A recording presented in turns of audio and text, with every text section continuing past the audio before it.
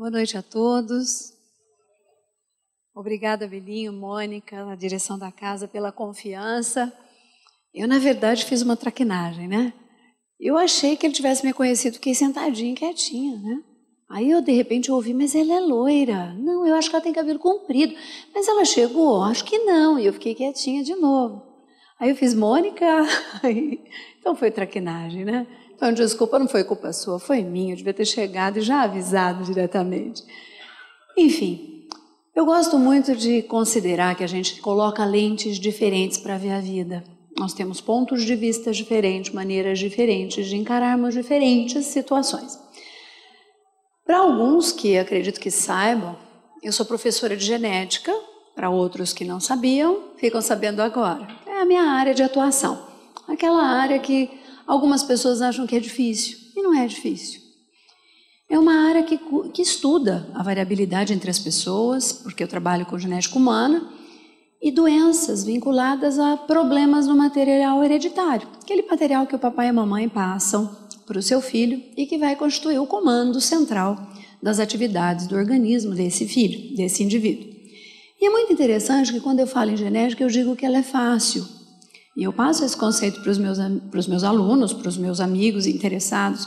E os meus 2 filhos tiveram muita dificuldade em genética e vinham bravos para mim. Como é que você consegue gostar desse negócio, desse azão e desse azinho? É muito interessante quando as pessoas não entendem alguma coisa ou quando elas fazem um de conta que entendem, porque elas entendem fragmentos da coisa e não conseguem correlacioná-los. Não há, para mim, processo de ensino-aprendizagem sem correlação de coisas. Não há vida sem experimentação. Sem nós passarmos por uma situação de vivenciarmos aquilo e aí mudarmos a nossa perspectiva. Porque uma coisa é olhar por cima, outra coisa é olhar fragmentado, outra coisa é olhar de novo, olhar uma ou algumas vezes. Então, os meus 2 filhos tiveram que ter um reforço, entre aspas, de genética, e aí disseram, mas era isso? Era só isso. Fragmentado não fazia sentido, mas se nós pegássemos desde o começo e interrelacionássemos os conhecimentos, colocássemos ali uma forma interdisciplinar de entendimento, certamente a coisa ficaria fácil e ficou. Então a gente preparou uma conversa para hoje chamada Amar ao Próximo, ou Amor ao Próximo. Quantas e quantas vezes a gente vai a uma casa religiosa, inclusive uma casa espírita, e nós ouvimos falar de amor ao próximo? Quantas? Só aqui. Quantas e quantas vezes? Nós ouvimos falar de amar ao próximo, nós ouvimos falar de caridade, nós ouvimos falar de uma série de conceitos. E às vezes, confessemos, achamos difícil seguir algumas coisas, ou então, nós somos seres imperfeitos, eu acho essa desculpa ótima, nós somos seres imperfeitos ainda, então não podemos exigir muito. Concordo, mas a gente também não pode nortear pela imperfeição, a gente tem que se nortear pelo ser perfeito, que é o mestre. E seguir o seu evangelho à medida do possível e das possibilidades de cada um. Porque nós somos diferentes. A lição mostrou isso muito bem. E quando a gente fala em amor ao próximo, amar ao próximo, fica um pouco complexo se a gente de novo usar essa perspectiva, essa lente de ver reduzida a amar o outro. Cá para nós, tem alguém aqui, não precisa confessar, mas também não precisa deixar de confessar, que ama o outro como a si próprio. Alguns poderiam dizer, o amor incondicional. Existe o amor incondicional. Quando eu digo incondicional, não se coloca nenhuma, absolutamente nenhuma condição. Vamos dar um exemplo. Tem uma passagem do Cristo, que psicografia do Chico, por Meimei, aliás, por Chico de Meimei, que conta o seguinte, Jesus adentrava Jerusalém montado num burrico, e ele vinha cabisbaixo, como que muito pensativo, e ao entrar na cidade, ouvia as diferentes aclamações. Então, viva o rei dos judeus, viva o nosso rei, o nosso mestre, Hosana o nosso rei, o filho de Davi, o rei dos judeus, e as maiores aclamações. E Jesus continuava na mesma toada, calado, pensativo, olhar para baixo. Aproximou-se uma moça e disse o seguinte, mestre, estas flores para o reino de Deus. O mestre olhou para ela, levantou sua cabeça, olhou para ela, fixou-a atentamente, Aí eu abro um parênteses. Vocês já imaginaram Jesus levantar a cabeça e te fixar atentamente? Quando é o papai e a mamãe, lembram lá nos nossos 10 aninhos, que fixavam, imagina o mestre fixando atentamente o olhar de alguém, e ele disse, queres mesmo servir ao reino dos céus? Ela disse, quero, mestre, quero. Entrego essas flores para isso. Então, minha irmã, me arruma um pouco de água e capim para esse pobre animal que me serve. O que Jesus quis dizer para ela? Ela estava bem intencionada, ela levou flores para o mestre Jesus. Ela era uma boa moça. Mas Jesus quis dizer que o reino dos céus se consegue às vezes com trabalho e coisas simples e fundamentalmente com bondade. O que nós estamos fazendo para entrar no reino dos céus? O famoso reino dos céus. Fazendo palestra espírita. Ó, estou garantida. Tô não. Sou a primeira que escuto. Sinal de que sou a primeira que preciso. O que a gente está fazendo, afinal de contas? Dando sopa, vindo à casa espírita, tratando um pouco melhor o vizinho, distribuindo daquilo que certamente nos falta. E aí? O que nós estamos fazendo, afinal de contas? Nós somos capazes porque a gente encontra várias passagens e agora a gente começa a fazer a correlação. Em Lucas, se não me engano, é 5,31, Lucas diz que o Cristo colocou: fazei aos homens, ou tratai os homens, como vós gostaríeis que eles vos tratassem. Bom, então a gente já tem uma dica, a gente precisa tratar o outro da mesma forma que nós gostaríamos que eles nos tratassem. Ótimo. E aí vem a pergunta, se nós entrarmos no reino dos céus, para isso, se nós precisarmos do ticket de entrada significar amar, afinal de contas, quem que recomendou que tinha que se amar? Existe algum mandamento que vem inicialmente à cabeça de qualquer um de vocês? O primeiro deles. Qual o primeiro mandamento? Contem para mim. De todas as coisas e, consequente também a ele, e ao próximo como a ti mesmo, porque isso resume toda a lei e os profetas, disse o mestre. Bom, então se nós temos que amar a Deus sobre todas as coisas e ao próximo como nós mesmos, isso significa que para adentrar ao reino dos céus tem uma relação direta com o amor ao próximo, que é o que a gente está tentando fazer esse link. Então aí vem aquela pergunta, conseguimos amar incondicionalmente as pessoas? Alguém? Uma vez me falaram, existe um amor incondicional, o amor de mãe. Vocês concordam? A gente pode generalizar? Eu sou mãe. Eu posso garantir, pelo menos em sã consciência, que não existe maior amor aqui dentro. Todas as mães amam incondicionalmente. Todas as mães, inclusive eu, amaríamos incondicionalmente, dependendo da atitude que esse filho tiver conosco em qualquer fase das nossas vidas e com a mesma intensidade e qualidade do amor do Cristo. Se ele assassinar alguém, se ele inadequadamente roubar alguém, se comportar da forma mais inadequada e vil perante a justiça terrena, nós condicionaríamos o amor a esse tipo de atitude, ou ele estaria ameaçado por esse tipo de atitude? Se ele brigasse conosco, nos violentasse, de alguma forma nos ferisse, esse amor continuaria da mesma forma? Todas as mães, ao terem um filho, os amam da mesma forma e são incapazes de abandoná-lo, porque quem ama incondicionalmente, se o amor é de mãe, não fariam isso? Esse é um exemplo de amor incondicional. Se a mãe tem a capacidade de amar grandemente ao seu filho, isso é incondicional? Na minha opinião, e eu sou mãe, podem ficar bravos comigo, é o amor mais condicionado do mundo. Sabe por quê? Porque é meu filho. Está condicionado à situação de ser meu filho. É o amor mais egoísta que existe no mundo. Claro que é o que mais cede, é o que mais dá, é o que mais oferece. E claro que tem mães e mães, porque tem pessoas e pessoas capazes de dispensar atenção, sentimento e tudo mais de forma diferente.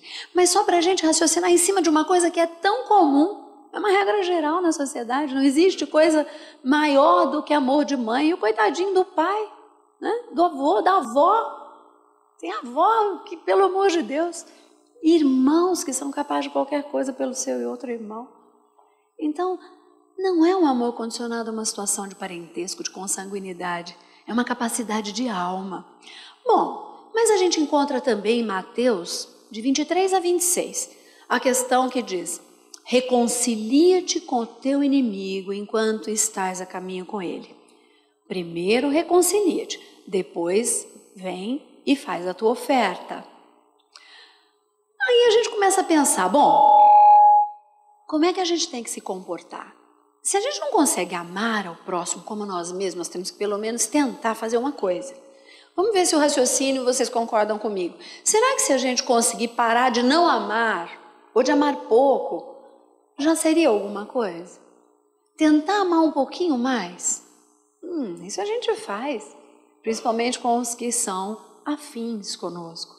Agora vamos tentar uma coisa um pouquinho diferente para chegar no mesmo objetivo, com o mesmo objetivo para chegar nesse resultado? Será que a gente consegue parar de arrumar inimigo? Parar de arrumar desavença? Desamor?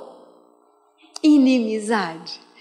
Aí sim nós já estaríamos num caminho melhor. Porque para a gente conseguir parar de arrumar inimigo, o esforço ainda é maior na situação que a gente está do que amar mais ainda os que já são afins, porque a gente acaba canalizando sentimentos bons para aqueles que nos são afins. Bom, então vamos dar alguns exemplos. O que nos impedem? A gente tem problemas. Eu vou contar uma história, eu contei, eu já fiz essa palestra numa outra casa. Eu contei, estão falando mal de mim na região, porque esse foi em Mirassol, estão falando mal na região toda. O que aconteceu? Eu vou contar, vocês não espalhem, porque o pessoal lá espalhou, vocês não espalhem. Eu vou contar uma experiência que eu vivenciei há uns 2 meses e meio, 3 meses atrás. Eu estava com a minha filha mais nova, Amanda, e ela veio de São Paulo e nós estávamos para comprar umas coisas para ela num determinado local. E estava chovendo, não sei se vocês lembram, uns meses atrás, São Pedro resolveu que toda sexta-feira era para chover à tarde. Coincidentemente, toda sexta-feira estava chovendo torrencialmente à tarde. E nós saímos do carro, as duas debaixo da mesma sombrinha, aquele pé d'água, coincidiu na hora que estávamos descendo, e nós chegamos na porta da loja. Imediatamente eu já estava preocupada, porque só tinha um tapetinho daqueles de fibra plástica, que não absorve, né? E eu estava com a sombrinha encharcada, a ponta do casaco encharcada, Amanda uma parte também, e fomos adentrando a loja e eu perguntei para uma moça que era da loja, que estava ali num caixa, num determinado local comercial, e disse para ela, por favor, olha, espírita é outra coisa, não é? A gentileza, a forma educada de se comportar, a superioridade, positivamente falando, moral da gente. Por gentileza, a senhora pode me dar um saquinho para eu colocar a sombrinha, que eu estou preocupada que pode entrar uma grávida, um idoso, alguém, enfim, pode escorregar. Mas eu fui assim, com toda a delicadeza que me era possível naquele momento. Considerando que era uma sexta-feira, eu tinha trabalhado como uma doida a semana toda, mas eu estava calma, aparentemente tranquila e bondosa, como um espírita deve se comportar.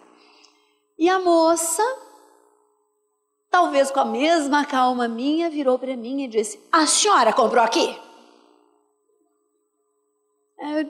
Eu fiquei um pouquinho assim contrariada, porque afinal de contas o tom não era muito amigável. Eu disse, não, meu bem, eu não comprei, eu só queria porque... Escuta aqui, se eu for dar um saquinho para cada um que adentrar essa porta, o dia de chuva, minha filha, a loja não vai ver se de comprar saquinho. Eu falei, não, tudo bem, mas eu queria, porque eu queria apenas prevenir de cair. Ah, minha filha, tenha santa paciência, vou dar saquinho. Aí, naquela minha superioridade espiritual, né, no bom sentido da palavra, não hierarquicamente superior, não é isso, mas naquela coisa de compreensão, naquela vincular, ela está num momento difícil, de repente é uma irmã ainda equivocada, não conhece os conceitos espíritas, eu não tive dúvida. Eu quero ter a sombrinha. Eu fiz isso, gente, eu fiz isso. A Amanda, mamãe, a hora que ela falou mamãe, o sino tocou, aquele que todo mundo tem, né, que toca, inevitavelmente. Eu falei, nossa filha, me desculpa, olha o modelo, porque não adianta blá blá blá para a filha, modelo. Aí eu disse, puxa vida, me desculpa, agi de uma forma extremamente inadequada e não tem desculpa, na verdade. E essa palestra aconteceu justamente por causa da desculpa. E dessa história de não arrumar mais inimigos. Quando a Amanda era pequenininha, vocês talvez não consigam ver daí, mas ela é dona das cartinhas, né? Ela tem 20 anos agora, quase 20. E eu recebi quando ela tinha 6 aninhos, já alfabetizada, de mã para minha mamãe. E ela tinha feito uma arte, uma sapecagem mesmo.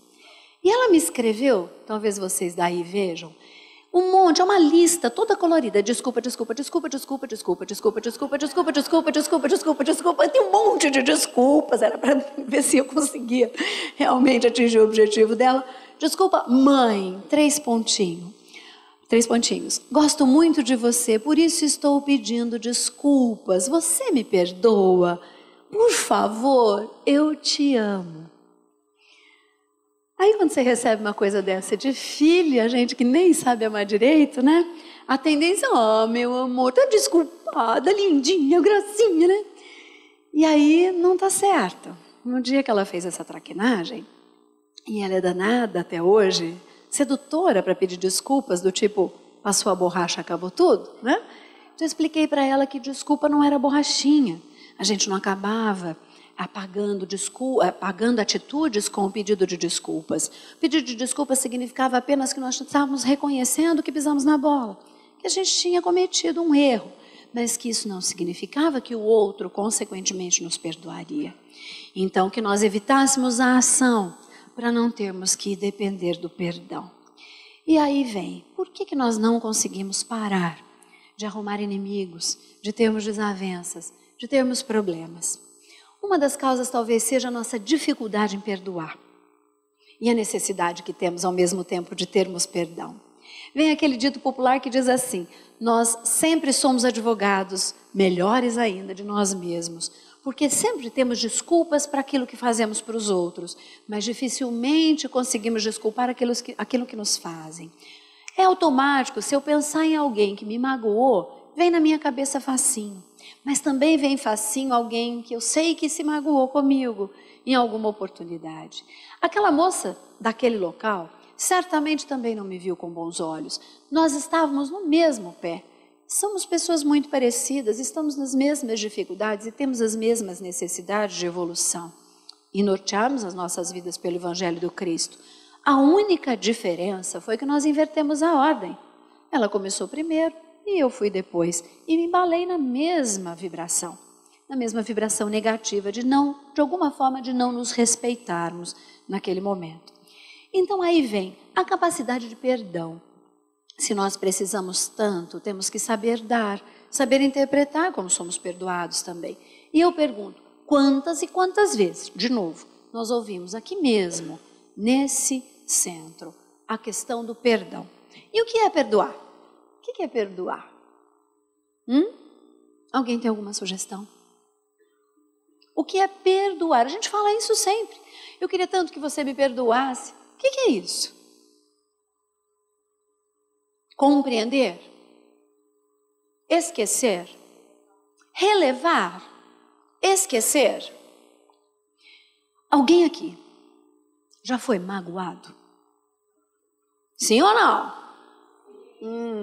Algumas vezes. Esqueceu. Relevou. Tá mal o negócio, hein? Mas pensou em algum momento quando aquele ser, aquele agente do nosso aborrecimento, teve uma contrariedade, vamos chamar assim, na vida. Alguém por acaso pensou, a justiça tarda, mas não falha. Deus é justo, deixa que a vida vai ensinar. A gente já pensou isso? Claro que eu perdoo, mas deixa que a vida está reservado, que é teu está reservado, não é só na próxima. Né? Aí a gente fica sabendo que aconteceu alguma coisa chata. Tá vendo? Mais do que merecido. Olha o que ele fez para mim lá em 1935. Não é? Além do que nós somos herdeiros da cultura do pecado, não é? Tudo que a gente faz de errado, a gente já se sente punido e acha que nem merece o perdão do outro, porque a gente já sente que está sendo punido, castigado pelo nosso Pai Celestial. Quando se é Pai e é celestial, algo que nós não compreendemos, que é o nosso Deus, né? Imaginem se existe castigo, se existe punição no reino do Pai, no reino de Deus. O que existe é aprendizagem, é pura e simplesmente o melhor, o maior, talvez não dá para descrever Deus, mas o professor universal, né? No verdadeiro sentido do que é ensinar. Mas vamos lá, o que é perdoar mesmo? Eu dei um tempinho, enrolei para todo mundo pensar. Não é nada disso. Tem uma linha da psicologia que eu gosto muito, que é a sistêmica, familiar sistêmica, que diz que tem uma definição, ou pelo menos uma situação que você pode compreender o perdão. Que você perdoa, ou que sabe que perdoou, quando você lembra do fato e a emoção vinculada ao fato não vem. Tá? Então você foi magoado. Você não consegue esquecer uma mágoa, uma grande alegria. Então você lembra, poxa vida, aquele sujeito pisou na bola comigo. Eu me lembro bem que eu fiquei muito chateado. Mas você lembra disso. Você lembra. Nossa, lembro daquilo. Nossa, passou até mal. É a emoção do fato. Em diferentes tonalidades, de diferentes níveis de gravidade. Mas é a emoção do fato. Então aí significa que não perdoou.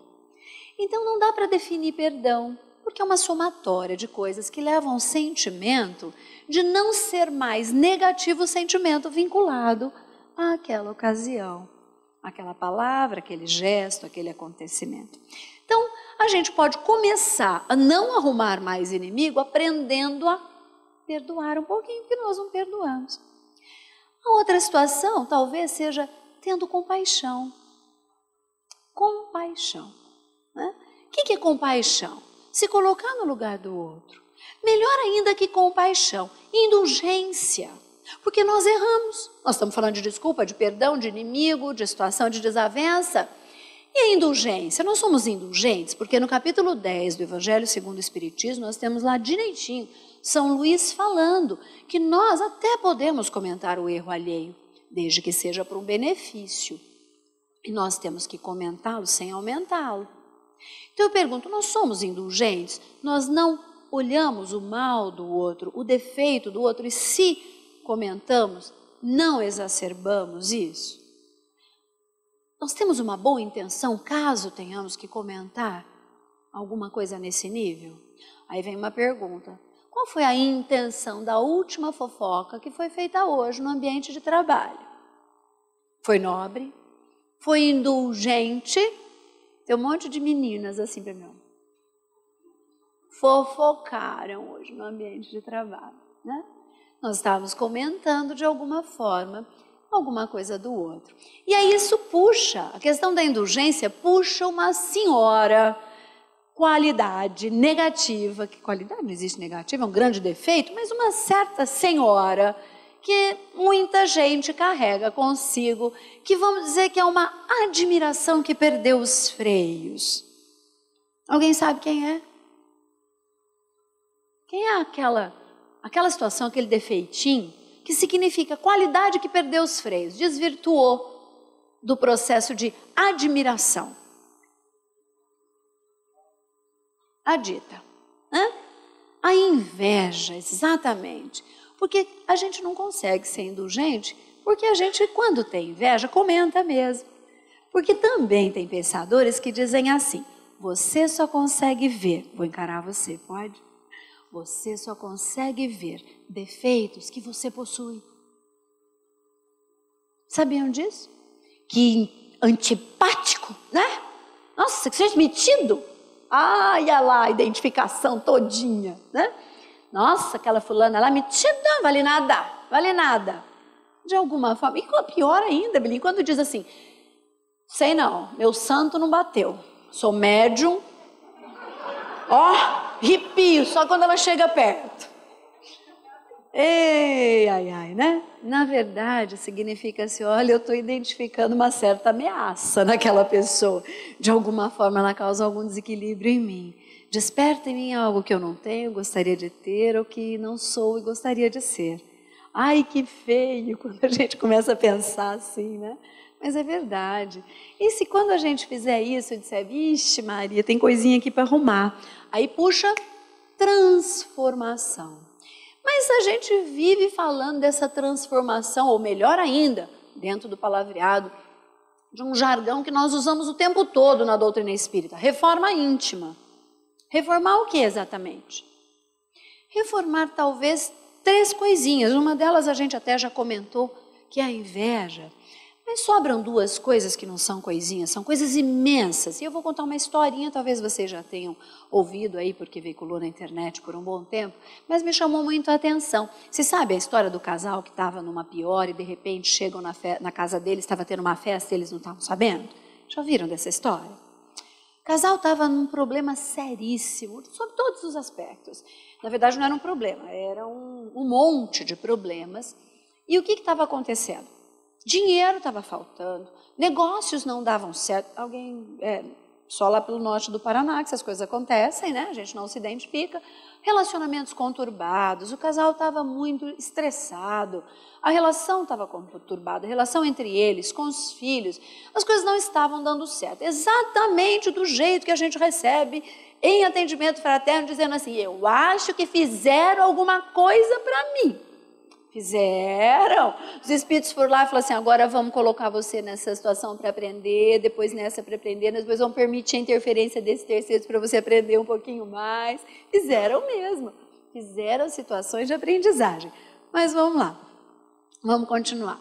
E essa historinha com esse casal e com os filhos que estavam passando por todos esses problemas, diz que eles receberam um telefonema de amigos dizendo, olha, vem aqui para a cidade. Eles moravam um pouquinho afastados da cidade, num sitinho, e disseram, vem aqui para a cidade, urgente, urgente, porque nós queremos ajudar vocês. Vem aqui bater um papo, vem para a nossa igreja. E o casal falou, vamos. Os meninos não quiseram ir. Uma moça e um moço, cada um foi para um lado, e o casal foi então para essa casa dos amigos, onde eles iam se reunir lá para dar apoio para eles. Aí o casal, voltando, e sítio fica uma iluminaçãozinha, os cachorros ali, estava tudo apagadinho, os meninos não iam voltar cedo para casa.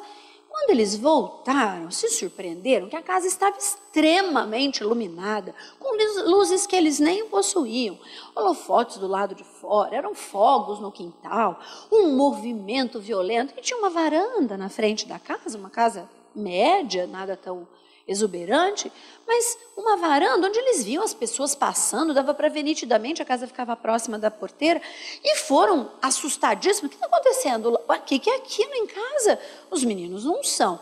E tinha um senhor de terno, todo bem aprumado, na porteira. E disse para eles, não vai entrar com o carro aqui não. Como não? Essa é a nossa casa. Como não vamos entrar? Estamos entrando. Não, senhor. Disse, mas o senhor pode me dizer o que está acontecendo? Porque essa casa é nossa.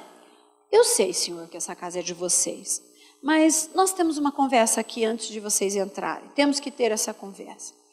Nisso, o casal foi se aproximando, saiu do carro, foi se aproximando e começou a observar e viu coisas muito curiosas. Havia uma moça que fazia ginástica o tempo todo, ela pulava, pulava, pulava e ninguém entendia. Todo mundo ficava olhando para ela e ela pulava, pulava, pulava. O senhor pode me explicar pelo menos quem é aquela doida, pulando, pulando? Ah, esquenta não, dona Preguiça. Dona o quê? A dona Preguiça. Preguiça, saltitando. É a dona Preguiça. Ué, e aquela pessoa lá que está com ela, rindo, que parece uma desesperada, dá para ouvir aqui a risada, só dá a risada dela. A dona Depressão. Dona Depressão? Depressão tenho eu, meu amigo, disse a mulher do casal. Aí o senhor disse, desânimo e preguiça tenho eu, que não quero nem levantar da cama e também estou deprimido. Não é isso que vem ao caso. Ah, não, mas o senhor vai me explicar. Que aquele sujeito está distribuindo tudo? É coisa da minha casa que ele está distribuindo? Tem uma bandeja distribuindo tudo? Senhora, é o seu egoísmo. O seu egoísmo distribuindo tudo? É, senhora, deixa ele distribuindo as coisas. Enquanto eles falavam, o marido começou a ficar agitado, a mulher também, ninguém entendia nada. Ela observou e viu que tinha um garotinho que destoava de todo mundo. Destoava. Um garotinho loirinho, lindo, lindo, lindo. Os olhinhos eram tão expressivos que de longe ela via a forma dele olhar. Era cativante, era envolvente demais. Era de um carisma absurdo. E ela olhou e falou, meu Deus, e ficou muito impressionada com aquela criança que quietinha, de cabecinha baixa, riscava alguma coisinha por cima da mesa. E aí ele disse assim, olha, o negócio é o seguinte, independente do que está lá dentro, eu gostaria que vocês escolhessem entre convidado, fulano, beltrano, e foi falando de todo mundo. O casal foi mais ou menos, não dava para saber quem eram os personagens, mas o casal falou assim, mas espera aí, o senhor chamou de preguiça, de egoísmo, etc. E parece que é tudo ao contrário. Ele falou, não, mas na verdade, essas situações se colocam assim mesmo. A dona preguiça inicialmente não é dona preguiça, porque se tem desculpa para ser preguiçoso. Não se identifica o indivíduo como preguiçoso. A depressão tem N desculpas, são os problemas, são as pessoas, é o mundo, é Deus, é o céu, é tudo, é até o demônio quem coloca ali em nossas vidas. Então, eles são realmente assim, isso é uma festa na fantasia. Eles estão realmente com algumas personalidades opostas. Mas quem vocês querem que saiam da sua festa? Porque ao escolherem, vocês aí sim, nós os afastamos da casa a pedido do chefe e ele disse, escolha, deixa o casal, cada um deles, do par, escolher um problema, uma característica para sair da sua casa. Deixe que escolham. Aí, se vocês escolherem, imediatamente vocês não vão mais ter, dentro da casa de vocês, problema por causa daquela característica. O casal ficou entusiasmado, até começaram a conversar assim, nós estamos sonhando, isso é de verdade, coisa mais maluca. Isso é de verdade, a senhora pode escolher. O homem, eu quero que saia a preguiça da minha vida. Eu preciso ter ânimo. Preguiça e desânimo, pelo amor de Deus, saia a preguiça. Eu tenho que ter ânimo para trabalhar, eu quero resolver, ressignificar a minha vida. Eu escolho essa preguiça. A mulher pensou, falou, inevitavelmente vou ter que escolher a depressão, porque não dá. Eu não tenho forças para levantar da cama, eu não tenho vontade de viver. Aí o homem, pois não. A hora que o homem foi entrar para tirar as duas características daquela festa e livrar aquele casal dessas características, a mulher imediatamente disse, não, mudei de ideia. Mas senhora, não, mudei de ideia. Eu não sei o nome, mas eu quero que saia aquele menino da minha casa. Imediatamente, como num turbilhão, tudo foi se apagando. Aquele menino se transformou num homem de 2 metros de altura, extremamente altivo e arrogante, que levantou seu queixo, pisou os degraus da varanda e saiu pela porteira, jogando a porteira de lado. Imediatamente, ao sair, todos os outros da festa, inclusive a preguiça e a depressão, foram atrás dele. Quem era aquele menino? Quem era aquele menino?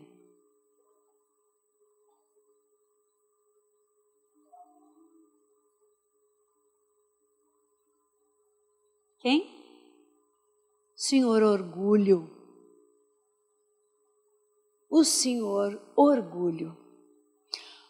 O orgulho de ser, de estar, de fazer e de acontecer.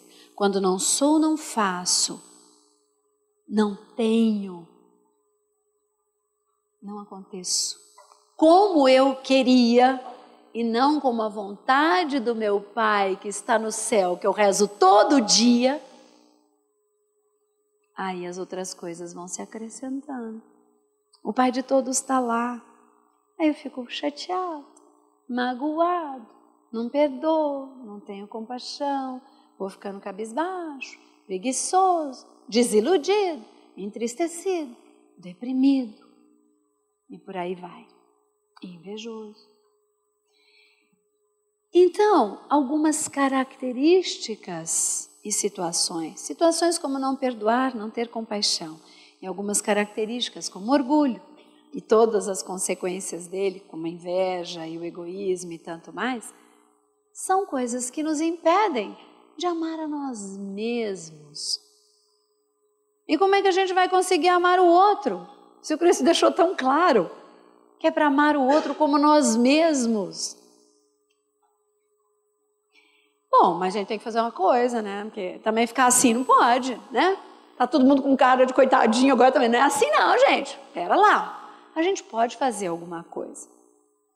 Talvez algumas coisas que não signifiquem um sentimento repentino e uma mudança de postura de sentimento, mas de atitude. Que uma coisa vai levando a outra. Tem gente que pensa que é o contrário só. Eu penso e aí eu faço. Não, às vezes eu faço e passo a pensar. Isso é igual caridade. Ah, vou lá não. Ah, não sei fazer o quê? Dar sopa? Vou estudar? Ah, fazer o quê? Ah, tô com vontade, né?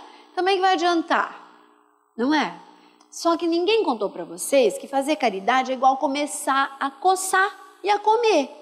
É só começar, né? Não dizem que coçar é só começar. Comer também. Comer e coçar é só começar? Então fazer caridade também. Quando você vê, já faz parte. Essencializa. E é tão bom que o bobão achava que estava levando alguma coisa lá. Estava indo buscar a fonte da tal felicidade, a fonte da tal informação, a fonte da essência da vida para a entrada no reino dos céus, porque afinal de contas está aprendendo a amar alguém, a sair um pouquinho do próprio umbigo. Eu sou um coitado, a vida não me dá, nada acontece comigo. E não tira o olhar do próprio umbigo. Tem pessoas que têm um hábito de olhar para o caminho, mas só para baixo dele. Tem pedra? Tem. Tem buraco? Tem obstáculo de todos os tipos? Tem lama? Se tem. Ainda mais quem está com 51, umas primaveras, né? Verões, invernos e outonos como eu. Se tem. Mas tem céu, tem passarinho, tem árvore, tem nuvem, tem orvalho, tem sol. Tem tudo. Então, o olhar do horizonte é importante. Afinal de contas, qual a diferença entre uma pessoa madura e uma imatura? O que faz um adolescente, às vezes, imaturo? Olha só a fantasia. O concreto está aqui, a fantasia está lá. Não junta as coisas. O que faz o indivíduo maturo? Compatibiliza o que eu tenho, o que eu posso, eu vou conseguir. E o meu sonho é compatível com aquilo. E corro atrás. E não estabeleço sonho. Sonho é uma coisa na hora do sono. Estabeleço meta.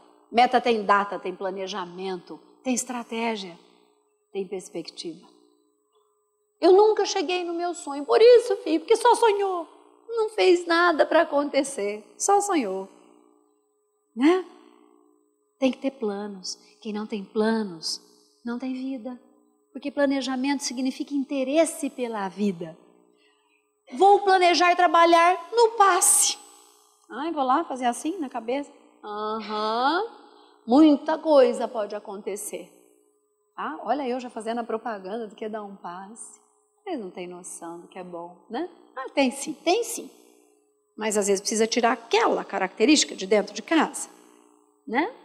Mas não posso me estender muito porque de repente tem alguém que ainda quer assistir o sujeito lá que diz como é que é, achei interessante. Eu não coloco defeito em ninguém. Já tenho, só uma questão de comentar e salientar e mostrar que tem. Mas já tem, não coloquei defeito, já estava lá, né? Outro dia vieram me falar essa, falei, não tem coisa melhor mesmo para comentar, né? Mas e que se a gente começasse a melhorar nosso processo de comunicação? Que tal? Vocês já sentiram, quando vocês estavam naquele dia chateados e de repente vocês trabalham na frente de um computador, porque algumas pessoas trabalham, né? Não acessam a internet o tempo todo, e vem uma mensagem gostosa de um amigo querido, aquela coisinha que vem que parece assim, essa foi para mim, foi para 560 da lista dele, mas aquela serviu para mim. Aquilo nada mais é do que um acalento no meio de um horário que você não está nem esperando. Claro que tem umas que o servidor, pelo menos lá na faculdade, eles cortam, né? Lá no hospital a coisa é rígida. Mas sempre tem aquela coisa gostosa. Tem um amigo meu que está sentado aqui que sempre manda assim, bom final de semana. E sempre tem uma frasezinha lá gostosa de se ver, de se ouvir. E eu sempre estou passando para as meninas lá do meu serviço. É muito gostoso a gente receber essas coisas. Isso é comunicação virtual, tudo bem. É muito melhor a essencializada, olhada de frente, nos olhos das pessoas, né? Tem gente que a gente não está treinando nem nossos filhos para olharem nos nossos olhos. Está na hora do almoço, compra o DVD, bota lá a galinha, não sei se é o patati patatá, sei lá, o trem lá. E aí o sujeitinho fica quieto. Ele fica quieto e não nos incomoda. Nós não queremos mais ser incomodados por criança. A gente não ensina a conversar. Aí fica adolescente rebelde, fala, não sei o que eu fiz. Não foi o que você fez, foi o que você não fez. Não aprendeu a conversar, a olhar. Ah, mas hoje em dia não é lá na minha casa. Filho de todo mundo não é o seu filho, não é o meu. Não é todo mundo que segue o Evangelho do Cristo, que faz o culto do Evangelho no lar. Mas a gente tem que proliferar isso. A gente tem que divulgar isso, o quanto é bom isso, o quanto que é bom para os nossos filhos. A gente está semeando. Vai germinar? Aqui, um pouquinho mais para frente, lá na frente. Vai. Na hora certa, no momento certo. Claro que espíritos de diferentes categorias vêm à nossa guarda. Não sabemos quem estamos recebendo. Às vezes até temos uma ideia por alguns comportamentos. Mas o cipózinho veio ali para a gente moldar. Se a gente passar essa fase, fica muito mais difícil, né? Aí a vida é que, através do sofrimento, vai acabar ensinando. E é mais difícil para nós pais vermos o sofrimento como professor, né? E não o modelo, e não o exemplo, enfim. Mas aí, aprender a se comunicar. E comunicação é via de mão dupla. Meninas, comunicação é via de mão dupla. Não é uma via. Eu vou falar. Enquanto ele fala, eu vou esperar e estou aqui fazendo um monte de estratégia na minha cabeça para ver como é que eu vou derrubar os argumentos dele. Isso não vale. Meninos, um conselho de uma própria mulher, não discutam. Vocês não vão ganhar nunca. O cérebro feminino elabora, faz mais conexões para um diálogo do que vocês podem imaginar, não é? Ele. Então, o que significa isso? Que não adianta discutir a relação, por exemplo. Perda de tempo, tentei. Estou 36 anos com o meu namorado lá, 26 de casamento. Já tentei discutir a relação algumas vezes, não deu certo. Aí vira uma pessoa e diz, eu já falei isso para você, estou falando isso para ele, faz 10 anos. E não aprendeu que não resolve, eu sempre falo isso. Não aprendeu ainda, o cachorrinho correndo atrás do próprio rabo. Tanto esforço e nada vira. Mas espera um pouquinho, sujeito, peraí. Você está vendo assim, eu estou vendo assim, vamos chegar num acordo? Porque a gente é mestre. Acabou de falar, a gente vai desenterrar aquilo que ele fez em 2010. Ah, mas e aquilo que você fez em 2010? Mas em 2010? Ah, mas essa situação, a gente acha link. Situação é semelhante, estou me sentindo desrespeitada como? Gente, imagina, filho de italiano com alemão, professora, fiz mestrado, doutorado, essas coisas erradas aí, tudo que a gente faz. Trabalho com comunicação, faço aconselhamento genético, sou especialista em terapia familiar sistêmica, só aprendi a conversar, filha de jornalista com advogado. Não dá dó, não dá dó, não vai ganhar.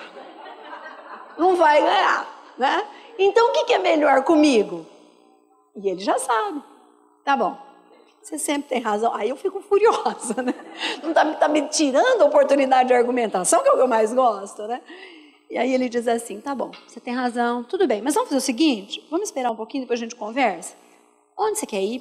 O que você quer fazer? Aí eu já fico mais alegre, tá bom, então a gente vai conversar, vamos ali em tal lugar, vamos jantar, vamos tomar um lanchinho e vamos conversar. E assim funciona melhor comigo, não sei as meninas, né? Porque não adianta bater de frente. No trabalho é a mesma coisa. Lembrem-se que cada um tem uma lente. Enxerga com isso. Enxerga, é o meu. Você acha? Eu tenho, vou confessar, presbiopia. Aquela coisa legal que depois que a gente passa dos 40, tem que esticar o braço, né? O que você tem nos olhinhos? Míope. Ah, se eu colocar um óculos de míope, vai virar uma coisa bacana. E ela de presbiopia, então, 1,5 grau aqui. Quanto tem aí? 1,5 de miopia. Vocês acham mesmo que eu enxergo com os óculos dela? E ela com o meu? Vamos ler um texto de óculos trocado. Por que você quer que o sujeito vê a vida do jeito que você vê? Vocês têm a mesma família de origem? Foram criados da mesma forma? Amados, adaptados, estimulados, vivenciaram as mesmas coisas? A sua amiga de trabalho, o seu patrão, o seu empregado, a sua amiga de casal, a sua amiga, sei lá, da academia, a sua amiga do centro espírita, qualquer pessoa. Não tem a sua lente. Pode até ter um pouco de semelhança de modos de pensamento, mas não tem a sua lente. E ademais, quem é infalível aqui? Infalível. Mas acham que os outros têm que ser com a gente. Achamos que os outros têm que ser infalíveis com a gente, não é? Então não nos iludemos. Aliás, iludemos. Ixi, agora deu tilt.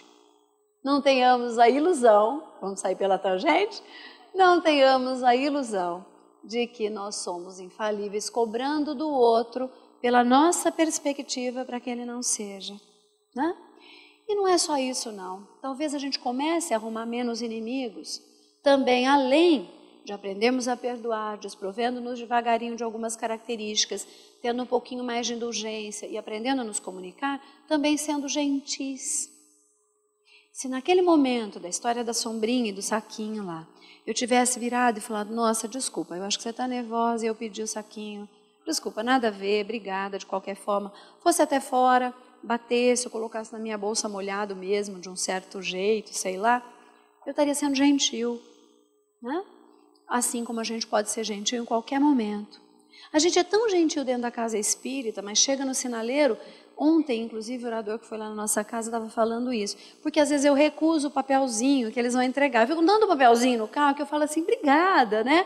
E não abro o vidro. Eu estou me achando educado, olha, obrigada. Hoje eu não tenho nada. Às vezes, dependendo da pessoa, até dou uma moedinha, alguma coisa assim, porque eu realmente acho um pouquinho problemático a esmola em si, né? Mas, às vezes, eu me sinto impelida mesmo. É alguma coisa que me fala, eu acho que vou dar, né? Mas o papelzinho eu não pego mais. E aí ele estava falando ontem, sabe o que aquele cara está fazendo quando ele está dando o papelzinho? Trabalhando. E quando ele diz assim, eu digo para ele, não, obrigada, né? Bom dia, não, obrigada. Eu estou achando que eu estou fazendo uma coisa positiva, mas na verdade eu não estou valorizando o trabalho dele, né? E eu nem pergunto o nome dele. Olá, tudo bem, seu fulano? Ah, obrigada, daí, bom trabalho para o senhor. Talvez eu começasse melhor o meu dia se eu passasse a fazer isso.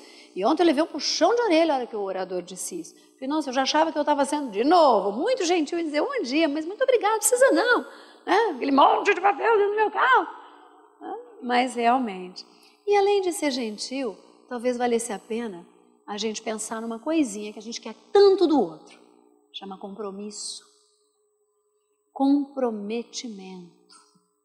Claro que você pode confiar em mim, menina. Fica tranquila. Pode confiar. O sujeito acha que pode confiar em mim. Você lembra o que ela me fez? Deixa ela, que eu não vou contar. Que é isso? Né? Você me ama, benzinho? Claro que eu te amo, amorzinho. Sou a única da sua vida, a única entre umas 355. Coisa feia. Sem comprometimento. Que as pessoas não estão essencializando mais. Comprometimento com a casa. Comprometimento com o outro, comprometimento consigo. E aí só assim, para o outro. Mas, se eu quero adentrar o reino dos céus, eu preciso amar o próximo. Para eu amar o próximo, eu preciso de algumas características para, pelo menos, não arrumar mais desavença e conseguir chegar lá. Aí eu separei uma lição, que a cartinha da Amanda estava no meio dela, quando eu fui resgatar esse livro, na hora, a gente sempre procura algumas coisinhas lá no armário para fazer as novas palestras, e os espíritos, por acaso, colocam que eu vou terminar a palestra de hoje, então, falando para vocês a respeito disso. Que diz assim, é do livro Respostas da Vida, psicografia do nosso irmão Chico Xavier, por André Luiz, aliás, André Luiz pelo nosso irmão Francisco Cândido Xavier, que é a lição número 9, que diz, quanto aos outros. Então, André nos coloca o seguinte, se você acredita que pode alcançar a sublimação espiritual sem os outros, de certo ainda não chegou à verdade.